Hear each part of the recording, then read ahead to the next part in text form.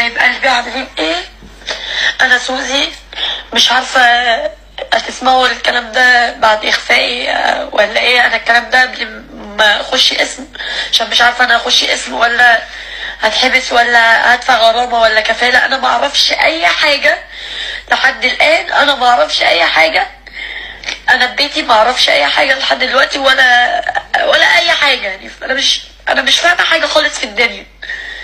بتمنى ان محدش يتكلم عني كلمه وحشه. انا شخصيه كوميديه، بطلع اهزر واعمل. بعد ما حصل مشكله اللايف ده انا من بعديها بقيت شخص تاني. وفي اخر فتره انتوا شايفين انا بصلي وكنت طالعه بالعمره، كنت شخصيه تانيه خالص حرفيا.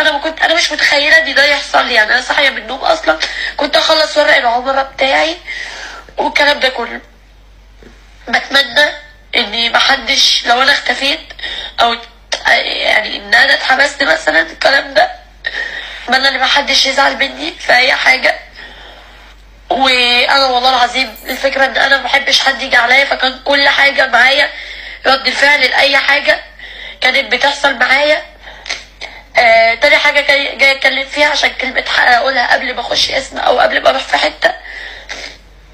الناس اللي انا كنت بتصور معاها قبل ما اتحبس او قبل ما اروح في حته، الناس دي كويسه جدا. الناس دي بتجري ورايا وبتدور لي على اكتر امان ليا واكتر حاجه يطلعوا يعني يقدروا يبعدوني عن اي ضرر.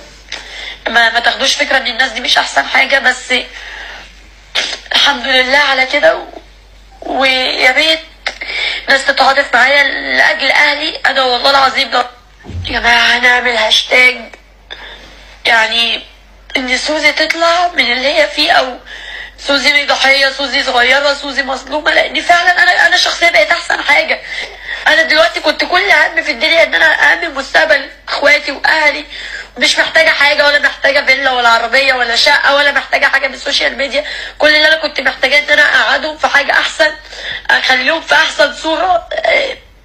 انتوا متخيلين شكلي وكسرتي وكسرة اهلي وكسرة تبقى رايحة الشغل، ماما موظفة وبابا موظف. انتوا بنتكم محبوسة، انا بنت مش ولد. يعني لو ولد راجل. السلام عليكم واهلا وسهلا بيكم. سامحوني اني اتاخرت عنكم الفتره اللي فاتت دي كلها، حاسه اني ما صورتش بقالي كتير، بس كان لازم اتاكد من كل المصادر والفيديوهات اللي هعرضها لحضراتكم النهارده. مش هطول عليكم اكتر من كده، يلا بينا. التسجيل الصوتي اللي انتوا سمعتوه في الاول ده كان لسوزي الاردنيه، وهي عماله تعيط وبتحاول تستعطف الناس عشان الناس تقف جنب منها ويطلعوا بقى يعملوا زي ما عملوا محبين شاكر. سوزي موقفها ضعيف في القضيه، وانتصت 7 سنين وغرامه 30 مليون. غسلت ب15 اتاخد منها 30 مليون. وطبعا مصادره كل املاكها هي وكل التيك توكرز اللي اتقبض عليهم كلهم هيتم مصادره جميع ممتلكاتهم. طبعا زي ام مكه الفسيخ كسبها دهب 2 كيلو دهب حوالي ب10 مليون جنيه. فسيخ ايه اللي يا وليه اللي كسبك دهب ب10 مليون؟ انا هروح اتاجر في الفسيخ دلوقتي. اكتر واحد موقفه يعتبر يعني كويس شويه في القضيه هو شاكر. انا عندي كلامي وعندي موقفي ان هو فعلا ذكي، وانا بحترم ذكائه. انا قلت كده قبل كده، وحضراتكم بقى في ناس يعني طلعوا في التعليقات وقعدوا يتريقوا عليا. فعلا الراجل ده ذكي، هو قدر يثبت ان هو ما بيشربش مخدرات، لان هو قال ان انا راجل رياضي وما بشربش الكلام ده خالص، وهو اللي طلب بنفسه يتعمل له تحليل مخدرات عشان يثبت ان هو جسمه سليم. اما بالنسبة للحاجات اللي اتمسكت معاه، قدر ان هو يثبت ان الحاجات دي اتحطت له في العربية بتاعته، وان الحاجات دي مش بتاعته، وان هو كل اللي اتمسك تقريبا معاه هو السلاح اللي مش مترخص. وفي 5 محامين جايين من بره من الامارات، ومش عارفه تقريبا بلد ايه كمان كده، عشان يدافعوا عن شاكر، عشان يطلعوه. الناس الطيبه بقى اللي هتخش الجنه على طول، اللي بتقول عشان خاطر الناس بتحبه الكلام ده كله، دول يسامحوني انتوا تركنوا على جنب خالص. هو مش عشان محبه او الناس بتحبه، لا لا لا لا، هو عشان خاطر ان شاكر وراه ناس تقيله، وان شاكر طول ما هو قاعد في التحقيق اكتر من كده ممكن يعترف على ناس، فمش من مصلحتهم ان هو يتحكم عليه او يتحقق معاه اكتر من كده، لازم يطلع. فعشان كده ال5 محامين دولت جايين عشان يطلعوه باي شكل من الاشكال. وطبعا هو كان مأمن نفسه. اما اللي فعلا موقفه صعب وهياخد حكم محترم هو مداهم. اولا هو غسل ب65 مليون، اضربوا الضعف بقى، شوفوا هو هيتاخد منه ايه، ومصادرة جميع املاكه، وكمان هو كان معاه عملات كتير وهيتحاكم طبعا. من اين لك هذا؟ ده اكتر واحد موقفه فعلا صعب في القضية. اما بالنسبة لسوزي زي ما قلت لحضراتكم، وطبعا اتقبض على ناس كتير كتير، تقريبا كده 70% من بتوع التيك توك اتقبض عليه. مستشار مرتضى منصور قدم بلاغ في 150 شخصية من بتوع التيك توك، قدم فيهم بلاغات. تعالوا نسمع الفيديو ده ونرجع تاني مع حضراتكم. موضوع التوك توك ده العيال اللي اتمسك قد ايه يستاهل، بس ما لهمش قيمه. لا انا عندي 120 شرشوره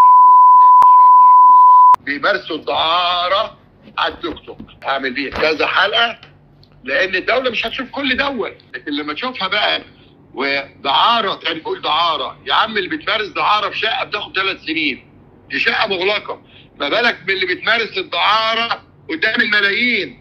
يقول لك هي دي مصر، لا دي مش مصر، شراشير مصر اللي انا هعرضهم في الحلقات اللي جايه. لا ولا في اب ولا في ام ولا في لبس ولا في لا مؤاخذه، مفيش حاجه خالص. طب تلغى واحده بتاعت في السيف نفسها تبقى غنيه 60 ده بالطبخ والطمع مش مشكله، لكن دول بقى هوانم. ده في واحده ما اعرفش اسمها نيفين ولا اسمها ايه، الواد خطيبها ولا جوزها عندها محل ملابس في 6 اكتوبر، بتطلع تقول كلام غريب جدا، تتحرش بيه طليقها ده او حبيبها اللي سابها، وتقول له كلام في منتهى الفظاعه، وتقول يا مثلا ايه، زي انا قلت حد مثل يعني السيجاره بترمي الطافيه، بتصحى على السيجاره بالجزمه. انا ما اقصدش السيجاره والطافيه، انا اقصدك انت بلغوه. لا يا جماعه، لا حتى يعني ايه شياكه ايه، انا عامل 6 7 حلقات النسوان دي الشراشير دول، عشان لو ليها اب هو داخل، لو ليها اب او زوج او اخ وداخل البيت يقول له يلا يا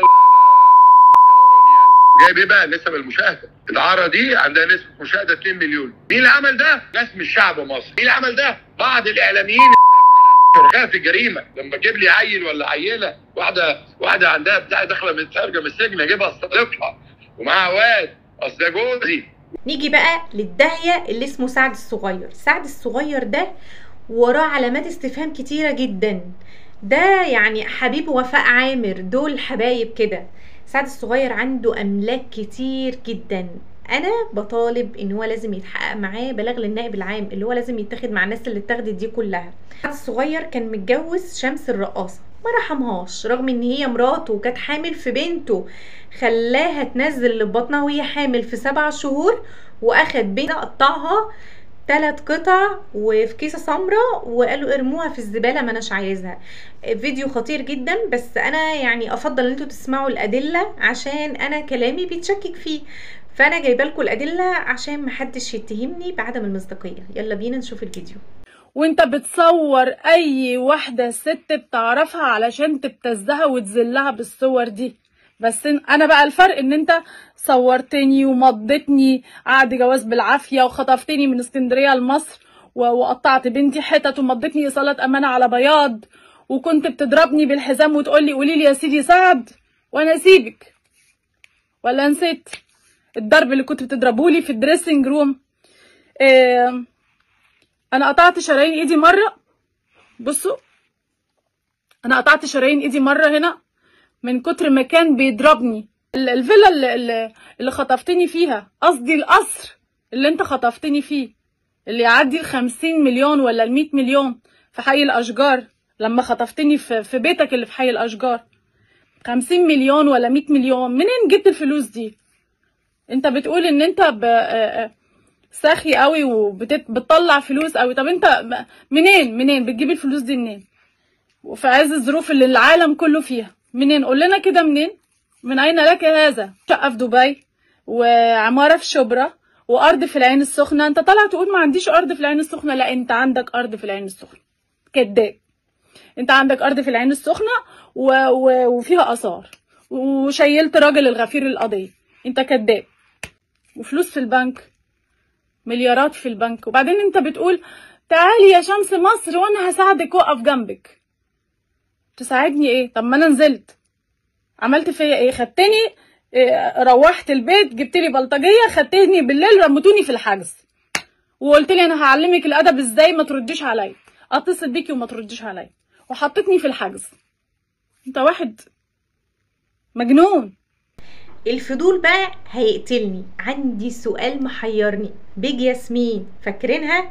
اول ما الحملة كلها طلعت راحت جري على الكوافير واتكوفرت كده مع نفسها وركبت باروكة زي ما انتوا شايفين وقلبت نفسها واحدة ست. طب دي بقى لو اتقبض عليها هيحطوها في سجن النساء ولا سجن الرجالة؟ ما هو السؤال برضو محيرني. وفي وسط حملة التنظيف اللي شغالة دي ليا طلب، الله يبارك لكم، خدوا الولية دي معاكم، اسمها ام جنى، خدوها معاكم. الولية نزلت خدت محصول الملوخية كله خزنته في التلاجة.